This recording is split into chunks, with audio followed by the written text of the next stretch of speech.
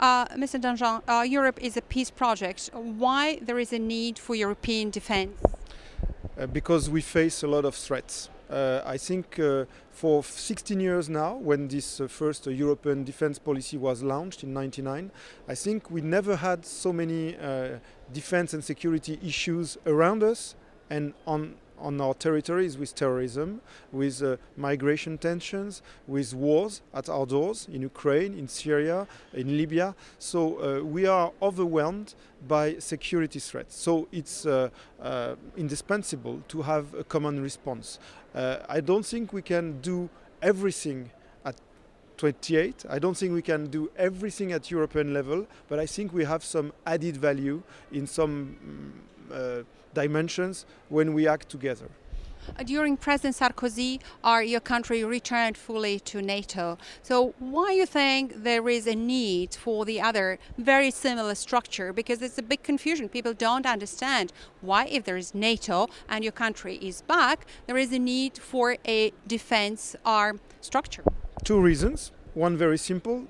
Not all European Union members are members of NATO.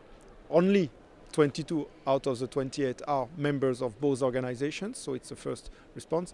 Second thing, I don't think NATO can do and want to do everything in terms of security at the environment of the European Union. There are regions, there are conflicts, crises where NATO cannot go because of cultural or ideological issues, because the people there don't want NATO to act, also because sometimes NATO, which is a purely military structure, is not fit for more comprehensive approach on some issues. So I think there is a space for both, for EU and for NATO.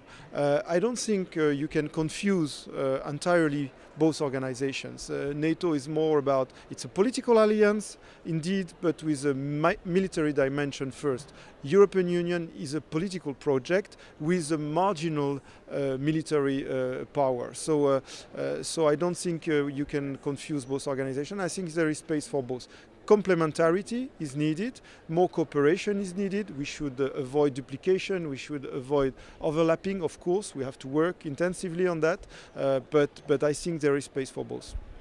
You said it's complementary, I believe you, but how and where to get money in the times of crisis for two structures, very similar structures? Well, you know,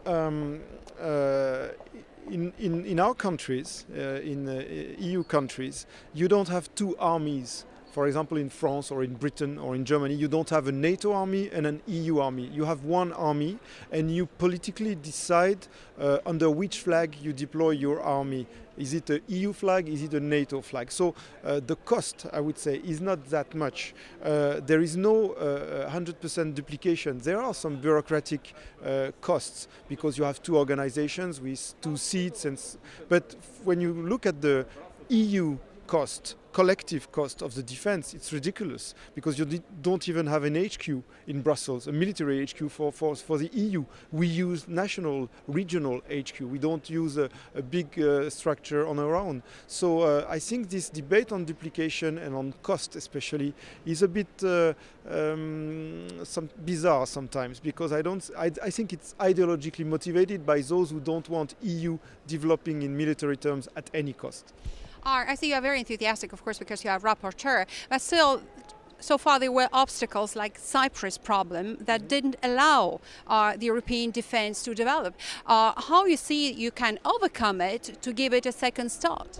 I'm not so enthusiastic, to be honest. I'm positive because I think we have to show political will. We have to be pushy on this issue because it's needed. But I'm very realistic, and indeed we face a lot of obstacles. Not only the Cyprus question when it comes to the EU-NATO relationship. We face a tremendous budgetary pressure in each member state. We face enormous challenges when it comes to political will to set up a permanent structure together. We face immense challenges when we have to generate forces, which means when we launch an operation, how many countries will contribute, and we are far from having the 28 contributing in each mission. So you see, I see realistically a lot of obstacles.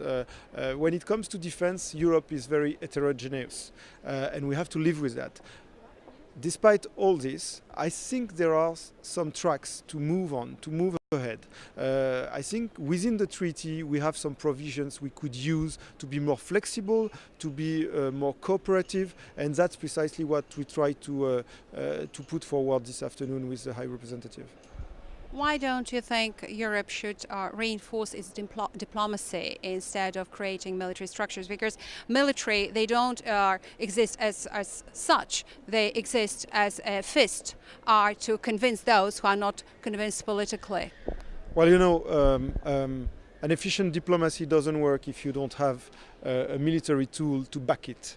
It's not having military tools before diplomacy or instead of diplomacy. It's having military tools in support of diplomacy. So I do believe strongly that diplomacy in the first hand is the real answer to many crises we face. I mean, we can't have a military solution in Syria, we can't have a military solution in Ukraine, we can't have a military solution in Libya. I'm perfectly aware of this. But we have to back our diplomatic efforts by the threat of use of force, I would say. Even the United Nations work like this. So yes, priority to diplomacy, but then don't neglect any military instrument.